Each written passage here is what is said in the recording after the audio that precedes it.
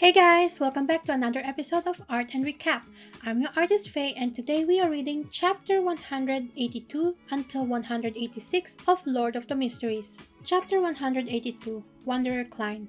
Okay, so Klein is now a spirit basically, and he peeks out of his bedroom, goes out through it, and looks at his street, like the Daffodil Street, and he just watches the people milling about, going through their carriages and just doing their daily things. And then one guy looks up at him, and Klein panicked and really dashes back into his room. And then he realizes, oh, maybe that guy actually just saw a bird because a bird passed by, and that was what he was looking at. But I was thinking, actually, it could be possible that the guy is actually a beyonder and he kind of sensed Klein. Like, of course, he didn't see Klein, but he sensed that there was something there. Or maybe it's a person that has like high spirituality naturally and didn't have to become a beyonder for that, because there are people like that. And I'm going to be assuming that that's also the case in Lord of the Mysteries. So anyway, Klein is like, okay, I'm just gonna test out a couple of things here and there. So he flew around and then was like, okay, I need to know how fast I can go in this spirit mode. So he flew as fast as he could and landed himself at Iron Cross Street where he used to live. And he's like, okay, I can go about the speed of a car at a highway. And you know what? It depends. Which highway are we talking about here? Are we talking about like Chinese highway, or are we talking about the German highway or the Italian highway? Lots of differences there, guys. Anyway, the depression in Iron Cross Street is kind of dragging down his spiritual energy, and he's like, okay, I need to leave here, or it just seems like something bad will happen if he stays there. So he's like, I should go back to my body, but then he's like, wait, I actually got summoned. So what if I actually just end the summoning? What will happen then? So he just ends the summoning and he got transported back into the gray fog world, and it's like, oh, awesome, instant transportation. And then he realized that he actually transported the sun charm with him that he made, because he was actually holding onto it and using it so that he can, traverse around the daylight, basically. So this little accident that he did basically gives him kind of like an idea of how to transfer real world object into the gray fog world, right? The only thing that is now missing is for the Tarot Club members to be able to bring it with them in the real world in their own position, like holding it in their hands, right? So we haven't actually gotten to that point yet, if he ever will figure it out or whatnot, but I'm gonna guess that it has something to do with ritualistic magic and sacrifices. Klein returns to his body and was like, shit man, I'm so tired.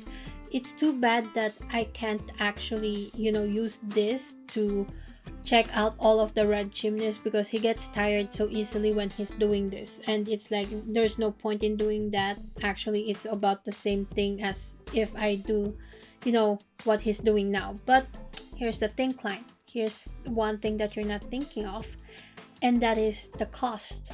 If you actually want to save money from driving around private carriages so that people don't know that it's you, I think using the spiritual flying thing would be a lot more useful in the long run. Plus, you're hidden from sight, right? The mastermind wouldn't be able to see you if you're flying around in your spirit form. But if you were, just riding the carriages all over the place, people will get suspicious, and yeah, you're also losing a lot of money. Just saying, Klein, you're not thinking logically here. Anyways, he write a message to Mr. Azik, and in the message he's like telling Mr. Azik about Chilankos, like warning him about the pirate admiral being in Backlund, because again Mr. Azik is in Backlund right now. And Klein is like, well, I can't just directly ask Mr. Azik to search up Chilankos and fight him for me or whatever. I need to be a little bit more subtle about that, and yeah, I need to like warn him so that in the future when I ask him, hey, I need some help about Sri Lanka, it doesn't just come out of nowhere, right? Also very logical, and also reminds me of business emails for some reason. So he summons Mr. Isaac's messenger, the huge freaking skeleton, and then gives him this tiny letter, and then the messenger vanished and Klein's like, okay, time for bed. Then he goes to sleep. Chapter 183, A Lesson on Mediumship. Okay, so it was after dinner time. Klein was reclining on the chair and he was reading a newspaper. Meanwhile, Benson and Melissa were at the dining table and studying. Benson is a little bit bitter about this because he feels like a child still studying for his exams, but Klein's like, bro, just go along with it. Knowledge is power, knowledge is money, yada yada yada. You'll get used to all of this, right? So the two of them were doing their homework. Klein is enjoying his newspaper when suddenly the lights flickered and everything turned dark.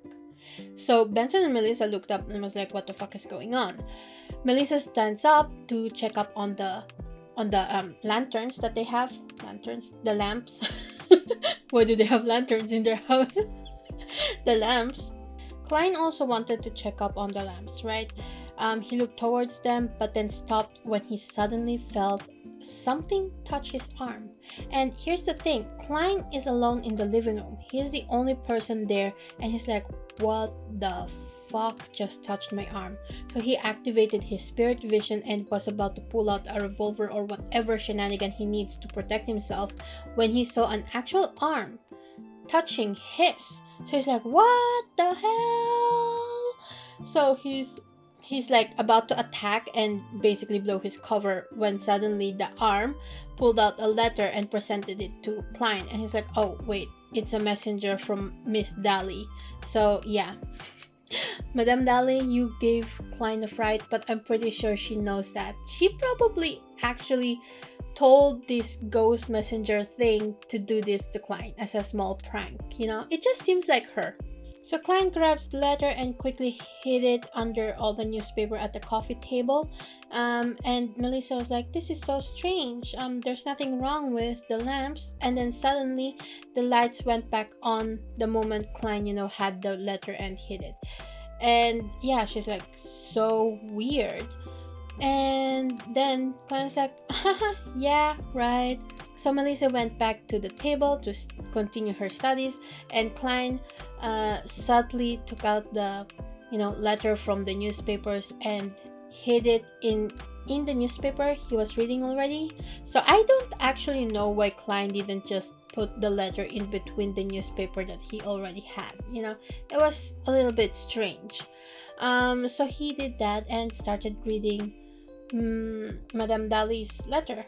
In her letter, she confirms to Klein that yes, mediumship rituals can also be used on living beings, and also she gives him a lot of warnings and something about the souls left behind by the dead are pure, and that because it's pure, it's easier to talk to them. Meanwhile, if you're gonna do it on a living person, it's going to be difficult because the living person has a will and will fight back. So yeah, that is something that she's warning him about. She also suggests to Klein that if he actually wants to do this on a living person, he should drug that person so that they're like sleepy and more easily manageable basically, and less lucid, so that their thoughts and will won't battle him, because she told him that, hey, that's exactly what I did when I went into your mind to figure out if you've really lost your memory, right? And Klein's like, yeah, I remember that, but sorry to tell you, but I was actually very lucid during that time. I knew what you were up to, because he has a special plot armor thanks to the gray fog world. But she didn't really need to know that anyway. So she suggests that to him, and that if he is going to be doing that he should apply for serenity agent. That's basically one of the ingredients needed to drug people, and he needs to do that at the Tingens, at the Nighthawk, so that they can pass it on to the Chinese gate, because that thing is in the Chinese gate or something like that. Anyway, that's pretty much it for this chapter. Chapter 184, Behind the Gate. Okay, so Klein went to work and went over to Captain Dun's office to report to him. And Captain Dunes happens to be eating breakfast. And so it's like, okay, come in, Klein, just wait a minute, I am eating right now. And Klein just sat in front of him and watched him finish his food. And you know what? That is so fucking awkward. Like, why would you do that, Klein? First of all, I feel awkward for both of them. If I was in Klein's place, I would never disturb my boss from enjoying his breakfast in peace, right? And second, if I was in Captain Dunes' shoes, I would feel super awkward to even actually finish eating or not offering food to Klein, because that's just, I don't know, it's just kind of rude. It's just so weird. Why would they do this? After Captain Dunes finished eating his food, Klein tells him that he met up with Dexter Guderian and he is here to report some findings that he found out, basically. And he's like, well, you know what? He told me that Hood Eugene actually went crazy, like legit crazy. And that he was getting some very surprising visits from someone, is what Klein told Captain Dunes. And Captain is like, continue. Who is visiting Hood Eugene? And he's like, well, this someone is actually Lanivus, you know? And Captain Dunes like, no, I don't know. Who is that? Remind me again, because you know he has very, very faulty memory. I, I don't know why they're talking like this in my head or why I'm describing it like this to you guys, but it's basically the gist of their conversation, right? And Klein's like, well, you know, Lanivus is the scammer. He's the one who swindled people out of 10,000 pounds and also got a lady pregnant and then bounced, basically. And Captain is like, oh, yeah, Lanivus, that guy. The possibility of him being a Beyonder, because again, he's been visiting someone who is known to be a Beyonder at the asylum, is very, very high indeed, right? He could be a marauder, like a sequence 8 swindler from the marauder pathway, is what he said. Captain Dunes asks Klein what he wants to do next, and Klein is like, well, you know what I want to do? I want to actually go into Hood Eugene's mind via mediumship. He's like, he asked Dali about all of this information, and Dali gave him tips and stuff like that. And Captain is like, well, if you're confident that you're not gonna go crazy and die when you do that, yeah, sure, go ahead, why not? And Klein is like, yeah, that's awesome, thank you for, you know, giving me permission. I actually also need your permission to go into the Chinese gate to get some ingredients that I can only get there. And Captain Din's like, oh yeah, sure, why the hell not, just go. And yeah, so that's how Klein ended up at the Chinese gate to get the ingredients that's going to drug Hood Eugene, basically. Anyway, Klein goes to the Chinese gate and meets up with their guardians, which are like really old Beyonders.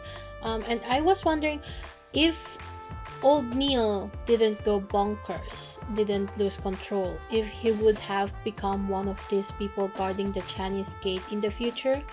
Because Klein also mentioned that he does see like the 5 guardians or so come in and out of the Chinese gate whenever the sun goes down, because being in the Chinese gate when the sun is down is highly dangerous. And he's like, I see them, but we never really talked, you know, they always kept their heads low.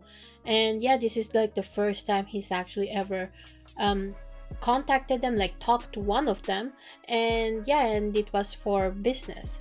So anyway, he grabs the thing that he needs and then moves over to, you know, the asylum. He goes to the asylum with Captain Dunes. Captain Dunes is basically his backup in case something bad happens. And yeah, he goes in, he enters, I keep wanting to say Lanivus, but no, he goes in and enters Hood Eugene's room, and he's like, hello, why aren't you sleeping? Because it's supposed to be nighttime. Well, actually it was early in the morning, like dawn, you know. And Hood Eugene looks over to Klein and was like, I'm waiting for my cake, okay? Chapter 185, Spiritual World. So Hood Eugene was like, I'm waiting for my cake. And when he said that, I was thinking to myself, cake? What cake? Do you mean like an actual cake or a cake, if you know what I mean? But yeah, no, he actually meant a cake, the one that you can eat. But then again, a cake, if you know what I mean, you can technically also eat it too, right? That's beside the point. Anyway, Klein asked him, who's going to give you cake? And Hood Eugene, he looks at Klein's like, you stole my cake! And then he leaped forward and attacked Klein, going absolutely crazy. And Klein being, sequence 8 now, a clown, he was able to dodge that, and they had a little skerfuffle going on until, of course, Captain Dune stepped in because, again, he is there for backup, and he put Hood Eugene to sleep. So Captain explains to Klein that Hood Eugene's dreams are a sea of chaos, there's no way to guide it.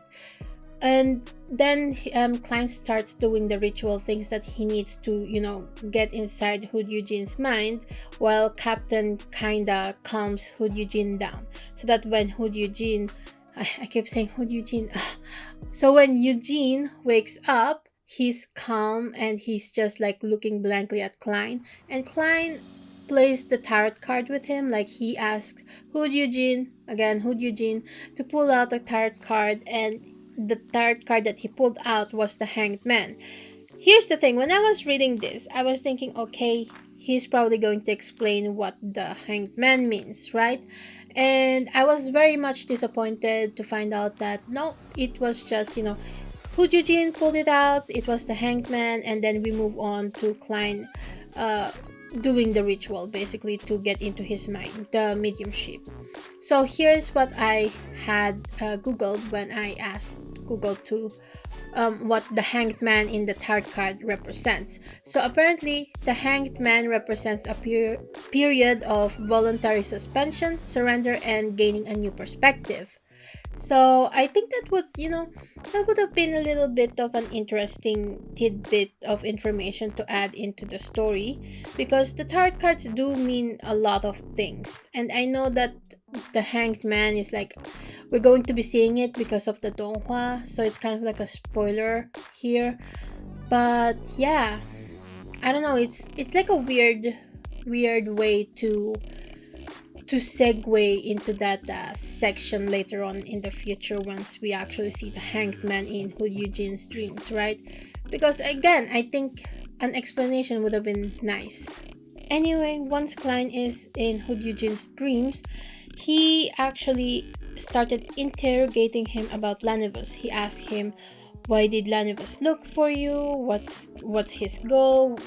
And what did he want from you? What did he offer you? And stuff like that. And he said, Hood Eugene said that Lanivus offered him information about the acting method, and that he wanted him to be part of his plan so that they can achieve godhood and immortality and stuff like that. And Lanivus was talking about a person, a him with a capital H, so someone godly or something like that. And while Klein was listening about this, he also asked, what kind of assistance did Lanivus want you to provide?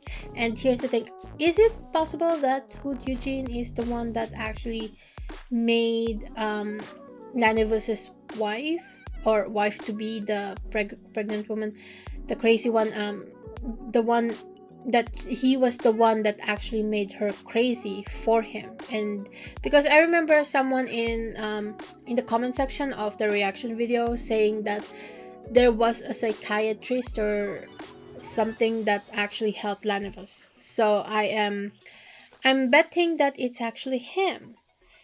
So yeah. And then Klein wanted to continue on with the questioning, but something sinister happened.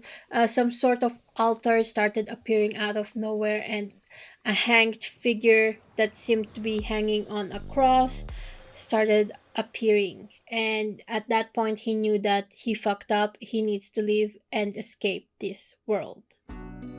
Chapter 186, The Handsome Captain. Okay, so Klein is now trying to flee the spiritual realm of Hood Eugene. When he looked at the at the thing descending down into this spiritual realm. He saw it was a black shadow that was a huge cross, and it seemed to have a person hanging upside down on it. And he's like, what the fuck is that? And then he before everything disintegrated in Hood Eugene's mind or spiritual realm, he was able to flee and return back into his body just in time to actually see scales, black scales, growing one after another on Hood Eugene's face. And he's like, yo, what the fuck? He's going to lose control. I need to do something. And before he could do anything, actually, Captain Dune steps in and shoots Hood Eugene's 5 times on the head, like directly. And all the blood and guts and gore spills onto Klein, and he looks up at Captain Dune's like, oh, whoa, Captain, that was very hot of you. Okay, he didn't really say that was very hot of you, but he said that Captain was very handsome at that moment. That's literally what it says on the text. And I was like, Klein, that's not very straight of you to think like that. Just, after someone shot another person in the head 5 times, mind you, which is honestly a bit overkill in my mind. But then again, it's like a Beyonder that's going to lose control. So I'm like, maybe that's a fair amount. But it's also described in the text that his head was completely blown open, and so I was like, a bit overkill over there, Captain, but whatever. So Hood Eugene actually drops some loot, and one of this loot is like a crystalline heart or something that was like that's a glowing faint blue. And of course there were the scales, and Captain explained that the heart should be controllable and that they're going to be sending it over to the church to do whatever, right?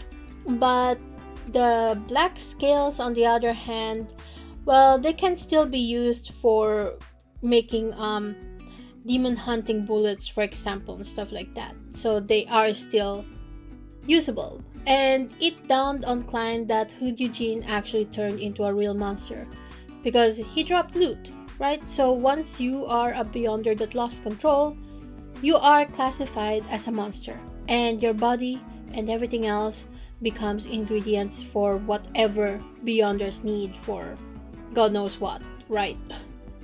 Anyways, Klein explains to Captain Dunes his finding of what he dug around in Hood Eugene's mind, and basically said that Lanivus is definitely involved with the Aurora Order. It's really a high possibility, and that Lanivus is definitely a Beyonder that's like a swindler, right? And they are like,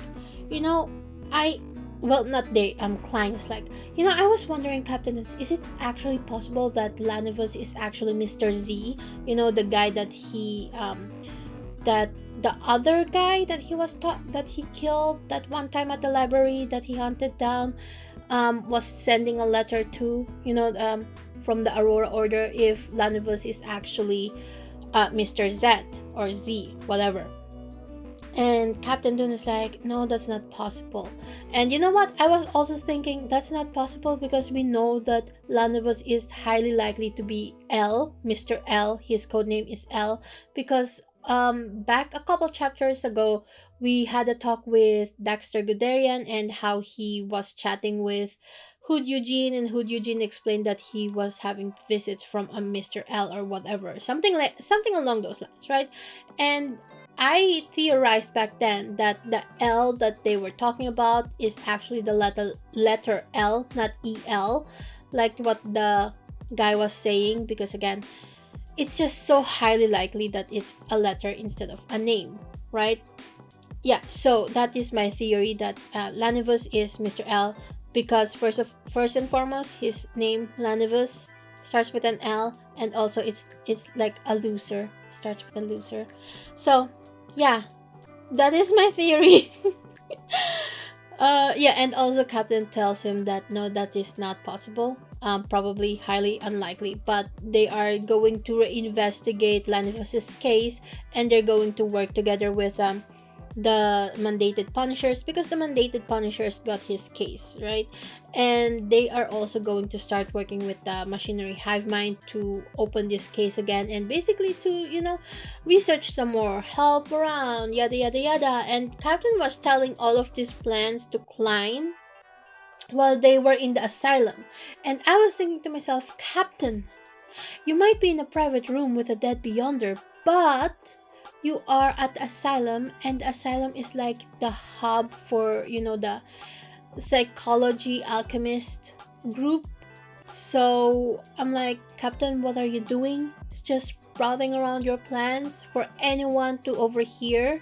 Like, it could be possible that someone will be hiding behind, I don't know, a wall, or they have ways to, view the rooms, kind of like a two-way mirror, maybe something like that is also possible, right? So I was thinking, Captain, don't be sprouting your plans out in the open like this. Why couldn't you at least wait until you're back at your office to tell Klein about the plan, right? So I'm like, Captain, memory, please remember that this is not a good idea. I'm pretty sure you're trained not to speak about your plans, beyond your plans or whatever, out in the open like this. I'm just saying. So anyway, after this ordeal, Klein heads home and he's alone on the carriage, and he's pondering what's going on with everything with Lanavis and stuff like that, and also the plan. When suddenly the carriage seemed to enter a strange world. It's like they entered or passed through a creepy ass portal. And Klein, his instincts was starting to flare at him, so he grabbed his flaring sun charm and also his revolver, when suddenly a huge white bony palm extended through the carriage window and threw a letter at him. And he's like, what the fuck? And he looks at the letter, then at the creepy ass thing that happened, and is like, oh, it must be from Mr. Asic. Like, what a way to send a letter. What the fuck, Mr. Asic? That was creepy as hell. Don't do that again. And that is it for this week's summaries. I hope you guys liked it. Before I leave, actually, I wanted to talk a little bit about the artwork that I'm working on here in this video. I don't usually do this, but I figured I should start doing it once in a while, at least, if there's something I need to or want to explain about it. Anyway, this artwork is actually the chapter 3 artwork, like cover artwork, so to say, for my webcomic, and I'm so excited to share it with you guys. Only a couple months left until I have enough backlogs and I'll be satisfied and start posting on Tapas and Webtoon. Mind you guys, my webcomic isn't the usual webcomic. It's like a mix of prose and comics. So it's like it's a comics prose. It's basically a mix of a web novel and a comic. Like, every page has an illustration, but also the way I set it up is like, I don't know. I just, it's hard to explain, but basically that's what my story is. I'm planning to have it printed in the future at, like, I don't know, KDP, Amazon KDP, and it will be interesting because the way I set up the pages is how I imagine readers will be reading it at, like the spacing and stuff like that, the pacing, not spacing. Anyway, I'm super excited to be sharing that with you guys. I'm planning to actually post it on May, which is, still months away. But hey, I really, really need a lot of backlogs because my plan is that my patrons get to have the full chapter once the first chapter is posted on Webtoon and Webnovel, because my plan is to post 4 pages a week for Tapas and Webtoon, and the full chapter once a month on my patrons, so my patrons won't have to wait every other week, well, not every other week, every week for new pages to drop, basically, because they will have the whole chapter to read through and experience the way I plan it to. Yeah, anyway, that is what I just wanted to tell you guys. I'm super excited to be sharing with you guys this story. I also have a lot of footage of me working on the webcomic that I want to use in the future so that you guys can see how I do my process of making a chapter. But the thing is, I want to do that once the chapters are released so that, people won't get spoiled too much. Like, I know that I've shared a couple pages here and there already of me working previously, but that's just like for chapter 1. And yeah, anyways, that's all for today. Outro time. Before I go, please like, subscribe, and leave a comment. It helps my channel out a lot.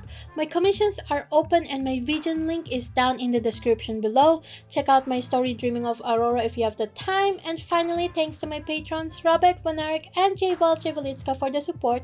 I'll see you guys next time. Bye!